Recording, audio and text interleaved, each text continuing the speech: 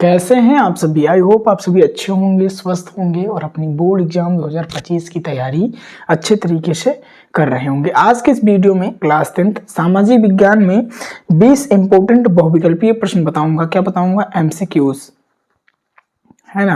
आप जानते हैं कि आपके बोर्ड एग्जाम 2025 में 20 नंबर के बहुविकल्पीय प्रश्न आएंगे, जिनका जो मार्क होगा वो 20 होगा, है ना। एक एक नंबर वाले जो बहुविकल्पीय प्रश्न आते हैं वो आते हैं पूरे पार्ट से। पूरे पार्ट का क्या मतलब? पूरी बुक से आते हैं, जिसे हर एक पार्ट से, है ना, सभी पूरे पार्ट से आएंगे, कह सकते हैं। जितने भी आपके किताब में पाठ दिए गए हैं उनमें से पूछा जा सकता है कोई भी क्वेश्चन। तो उसमें से मैं आपको 20 इंपॉर्टेंट क्वेश्चन बताऊंगा, जो इसमें से 100% आएगा ही कहां पे आएगा? आपके बोर्ड एग्जाम 2025 में 100% आएंगे इसमें से ही। तो आपको करना ये है कि वीडियो को पूरा लास्ट तक देखना है। यदि आप वीडियो को लास्ट तक देखेंगे तो आपको समझ में आएंगे 20 इंपॉर्टेंट बहुविकल्पीय प्रश्न जो पूरे पार्ट के होने वाले हैं, पूरे बुक के पूरे पार्ट के होने वाले हैं। सभी पार्ट के, वो चाहे इतिहास का हो, भूगोल का हो, नागरिक शास्त्र का हो या अर्थशास्त्र का हो, इनमें के 20 इंपॉर्टेंट एमसीक्यूज होंगे जो बोर्ड एग्जाम 2025 में आपके आएंगे ही। तो वीडियो को पूरा देखिएगा, सारे क्वेश्चन को अच्छे से पेन कॉपी लेके नोट कर लीजिएगा, साथ में अपना टेस्ट भी देते रहिएगा कि इसमें कौन सा आंसर पता है। आप कमेंट में मुझे इस सभी क्वेश्चनों के आंसर जो है वो आप जवाब में देंगे, मैं पूछूंगा आपसे। तो पहला क्वेश्चन है, फ्रांस की जो क्रांति हुई वो कब हुई? फ्रांस की जो क्रांति हुई वो कब हुई? सन दिया गया है। ए नंबर विकल्प है 1688 ईस्वी में, बी नंबर 1789 ईस्वी में, सी नंबर 1914 ईस्वी में और डी नंबर 1939 ईस्वी में। तो फ्रांस की जो क्रांति हो कब हुई थी आप जानते होंगे। तो जानते हैं तो कमेंट में आप जवाब देंगे कि इसका सही आंसर क्या होगा। मैं इसको छोड़ दे रहा हूं, आपने पढ़ा भी होगा, है ना। इसका आंसर मैं बाद में बता दूंगा या कमेंट में पिन कर दूंगा, लेकिन आप कमेंट में मुझे जरूर इस क्वेश्चन का आंसर का जवाब देंगे। चलो प्रश्न 2 दिखाता हूं। नेपोलियन की पराजय कब हुई? जो नेपोलियन थे उसकी पराजय कब हुई?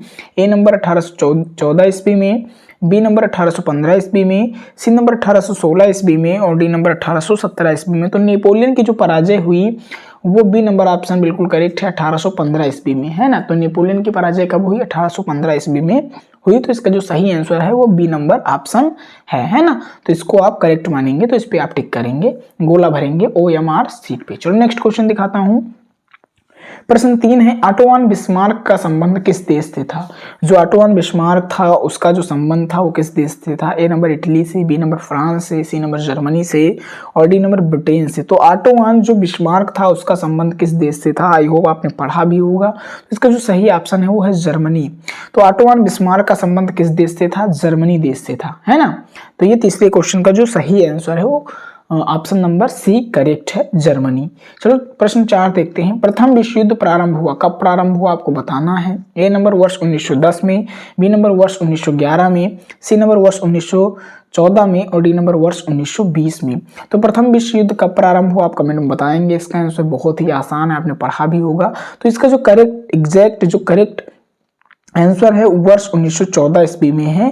तो जो प्रथम विश्व युद्ध जो है वो शुरू हुआ वर्ष 1914 ईस्वी में। तो इसका जो सही ऑप्शन है बिल्कुल सी नंबर है। चलो नेक्स्ट 5 नंबर क्वेश्चन आपको दिखाते हैं। 5 नंबर इंपॉर्टेंट क्वेश्चन है, कई बार परीक्षा में आया भी है, तो इसको आप अच्छे से पढ़ लेंगे, है ना। 5 नंबर क्वेश्चन क्या है? जालियांवाला बाग हत्याकांड किस वर्ष हुआ? क्या क्वेश्चन है? जालियांवाला बाग हत्याकांड किस वर्ष हुआ? ए नंबर वर्ष 1918 में, बी नंबर वर्ष 1919 में, सी नंबर वर्ष 1920 में और डी नंबर वर्ष 1921 में। तो जालियांवाला बाग हत्याकांड बहुत ही फेमस हत्याकांड है, जिसको आपने पढ़ा ही होगा। ये लॉन्ग क्वेश्चन में भी बनता है, तो इसको आप अच्छे से पढ़ लीजिएगा, इंपॉर्टेंट क्वेश्चन है। देन यहाँ से क्वेश्चन बनते ही हैं हर साल, है ना। तो इसका जो सही ऑप्शन क्या हो जाएगा? जो जालियांवाला बाग हत्याकांड है वो वर्ष 1919 ईस्वी में हुआ। तो जो बी नंबर ऑप्शन है बिल्कुल करेक्ट है ना। वर्ष 1919 ईस्वी में जालियांवाला बाग हत्याकांड हुआ, है ना। चलो नेक्स्ट क्वेश्चन दिखाता हूं। प्रश्न 6, नाइटहुड की उपाधि किसने वापस कर दी? ए नंबर महात्मा गांधी ने, बी नंबर गोपाल कृष्ण गोखले ने, सी नंबर रविंद्रनाथ टैगोर ने, डी नंबर लाला लाजपत राय ने। लाला लाजपत राय ने। तो नाइटहुड की उपाधि किसने वापस कर दी बेटा? किसने? ए नंबर महात्मा गांधी ने, गोपाल कृष्ण गोखले ने, रविंद्रनाथ टैगोर ने और लाला लाजपत राय ने। किसने? तो रविंद्रनाथ टैगोर ने जो नाइटहुड की उपाधि थी वो वापस कर दी। तो ये टोटल प्रश्न 6 हो गए जिनको आपने देख लिया। इन सभी के आंसर आप अच्छे से क्या कर सकते हैं? नोट कर सकते हैं। उसके बाद आप इसको पढ़ भी लेंगे क्योंकि ये इंपॉर्टेंट है ना। चलो नेक्स्ट क्वेश्चन 7 नंबर दिखाता हूं आपको। 7 नंबर क्वेश्चन है, हिंद स्वराज पुस्तक के लेखक हैं। इंपॉर्टेंट क्वेश्चन है, हिंद स्वराज जो है उस पुस्तक के लेखक कौन है? ऑप्शन दिया गया है, A number Sardar Patel, B number बाल गंगाधर तिलक, सी नंबर महात्मा गांधी और डी नंबर सुभाष चंद्र बोस। तो हिंद स्वराज जो पुस्तक है उसके लेखक कौन है?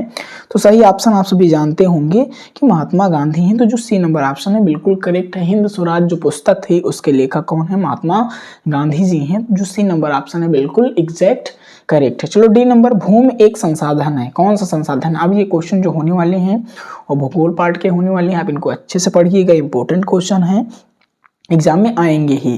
तो भूमि एक संसाधन है, कौन सा? ए नंबर प्राकृतिक, बी नंबर मानव निर्मित, सी नंबर सौर ऊर्जा से निर्मित और डी नंबर इनमें से कोई नहीं। तो भूमि एक प्राकृतिक संसाधन है। आप सभी जानते हैं कि भूमि को आदमी कोई नहीं बना सकता है ना, जो मानव निर्मित नहीं होगा, सौर ऊर्जा से भी निर्मित नहीं है, इनमें से कोई भी ऑप्शन करेक्ट नहीं है। तो ए नंबर जो ऑप्शन है बिल्कुल करेक्ट है, प्राकृतिक है ना। भूमि एक प्राकृतिक संसाधन है जिसको प्रकृति ने हमें दिया है। 9 नंबर क्वेश्चन देखो, भारत में निम्न में से किस क्षेत्र में खनिजों और जीवाश्म ईंधन के समृद्ध भंडार है? एक बार फिर से क्वेश्चन पढ़ेंगे, भारत में निम्न में से किस क्षेत्र में खनिजों और जीवाश्म ईंधन के समृद्ध भंडार है, मतलब अधिक भंडार है खनिज और जीवाश्म ईंधन के? तो ऑप्शन दिया गया है, ए नंबर मैदान में, बी नंबर पठार में, सी नंबर पर्वत में और डी नंबर रेगिस्तान में।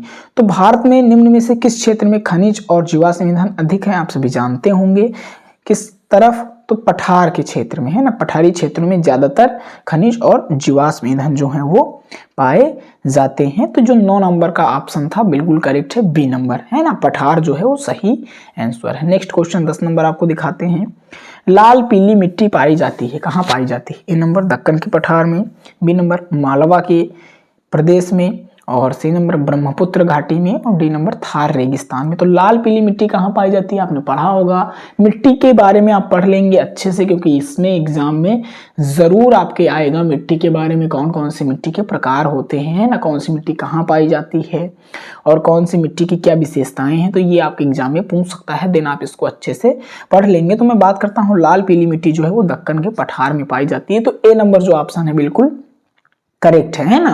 तो लाल पीली मिट्टी कहाँ पाई जाती है बेटा? ए नंबर दक्कन के पठार में। चलो नेक्स्ट देखते हैं 11 नंबर। 11 नंबर है, सुंदरवन राष्ट्रीय पार्क किस राज्य में स्थित है? जो सुंदरवन राष्ट्रीय पार्क है वो किस राज्य में स्थित है? A number Assam, B number Paschim Bangal, C number Odisha, D number Madhya Pradesh. तो सुंदरवन राष्ट्रीय पार्क किस राज्य में स्थित है? आप सभी ने पढ़ा ही होगा, नहीं पढ़ा है तो जो इसका सही आंसर है वो पश्चिम बंगाल है। तो जो बी नंबर ऑप्शन है बिल्कुल करेक्ट है, जो सुंदरवन राष्ट्रीय पार्क है वो पश्चिम बंगाल में स्थित है। पश्चिम बंगाल में सुंदरवन राष्ट्रीय पार्क जो है वो स्थित है, सिचुएटेड है। तो आप आज जान लेंगे, ये इंपॉर्टेंट क्वेश्चन है, परीक्षा में बन सकता है। 12 नंबर क्वेश्चन है, टिहरी बांध किस नदी पर बनाया गया है? ए नंबर यमुना नदी पर, बी नंबर रामगंगा पर, सी नंबर भागीरथी एवं भिलंगना पर और डी नंबर है शारदा नदी पर। तो टिहरी बांध किस नदी पर बनाया गया है? आपने पढ़ा ही होगा, नहीं पढ़ा तो इसका जो सही आंसर है भागीरथी एवं भिलंगना है।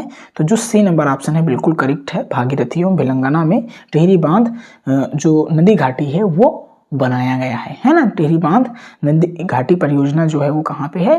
भागीरथी एवं भिलंगना में है ना। तो ये 12 नंबर क्वेश्चन का जो सही आंसर था वो हो गया है। चलो नेक्स्ट क्वेश्चन में दिखाता हूँ आपको 13 नंबर। इनमें से कौन खरीफ की फसल है? बहुत इंपॉर्टेंट क्वेश्चन है। ये जो फसलें दी गई हैं इनमें से कौन सी फसल खरीफ की फसल है? तो ए नंबर जौ, बी नंबर बाजरा, सी नंबर मटर और डी नंबर सरसों। तो कौन है भाई? आप जानते होंगे इनमें से कौन सी खरीफ की फसल है?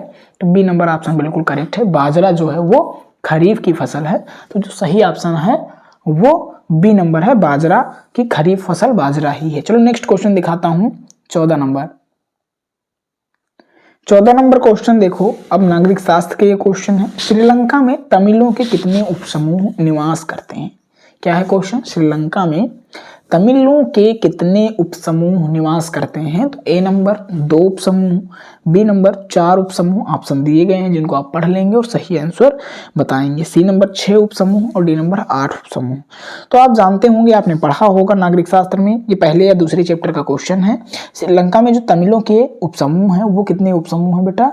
दो उपसमूह हैं। तो जो सही एग्जैक्ट आंसर है वो ए नंबर ऑप्शन बिल्कुल करेक्ट है कि श्रीलंका में तमिलों के कितने उपसमूह हैं, 2 उपसमूह हैं।